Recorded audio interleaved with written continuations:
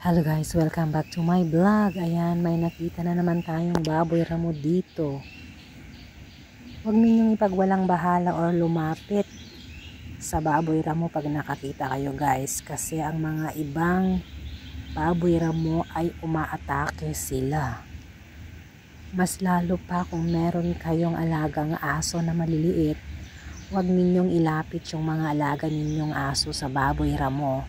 Kasi kung minsan may tendency na ang baboy ramo ay aatakihin ang inyong alagang aso. Kaya kung nasalubong ninyo ang baboy ramo sa daan ay mas maigi na lang guys na umiwas or iwasan na lang ninyo ng mas malayo ang baboy ramo. At talaga namang napakaraming baboy ramo dito sa Pixian guys.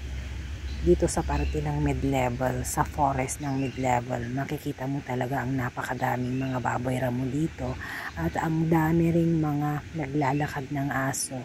Kaya kayo mga aunties, mag-iingat lang po tayo sa mga alaga nating mga aso para hindi maatake ng baboy ramo.